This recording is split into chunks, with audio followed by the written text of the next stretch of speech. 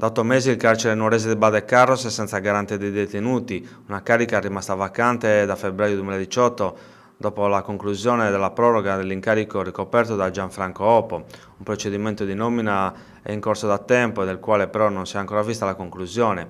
Dalla questione si è occupata stamattina la Commissione Consiliare Servizi Sociali del Comune di Nuoro, presieduta dal consigliere Graziano Siotto, e dalla quale fanno parte i consiglieri Mara Sanna, Salvatore Sulas, Nicola Porcu, Viviana Brau e Claudia Camarda. In una nota indirizzata al sindaco Andrea Sud, cui è demandata la nomina sentita alla conferenza dei capigruppo e al quale sottolineano i consiglieri e da addebitarsi, stando agli atti il grave ritardo, la Commissione Servizi Sociali chiede le immediate risposte che non sono state fornite stamattina durante la riunione della Commissione, nonostante il primo cittadino fosse stato convocato. L'organismo consiliare parla di ritardi ormai non più tollerabili.